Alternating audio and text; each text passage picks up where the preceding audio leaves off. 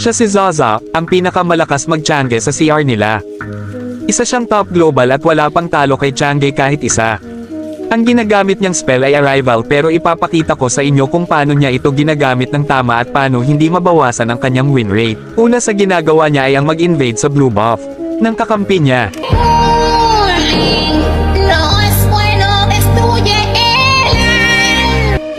Dahil nga tamad si Zaza ay ginagamit niya ang Arrival papunta sa mid lane.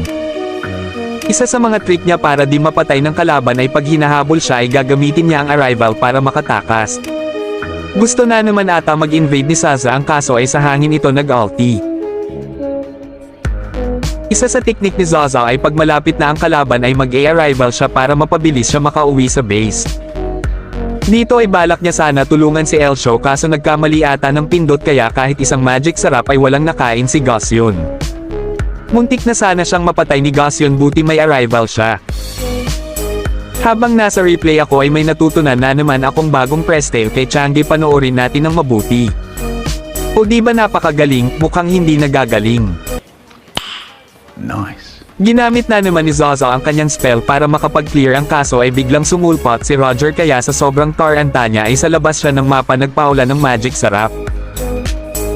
Hindi ko alam kung sinasadya ba ni Zaza ang lahat ng ito o baka problemado lang. Hinahabol sila ng kalaban kaya ang ginawang hakbang ni Zaza ay tumago sa Lord para di siya makita ng kalaban.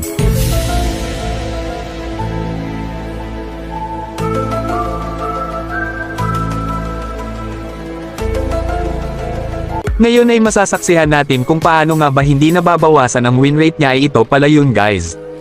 Ang plano niya talaga ay magpa-feed lang sa umpisa para hindi mahalata ng kalaban na may balak siyang masama sa late game. Grabe nga talaga kaya pala hindi pa nakakarinig si Zaza ng defeat ay ganito pala ginagawa niya. Sana may makakampi kayong tulad ni Zaza.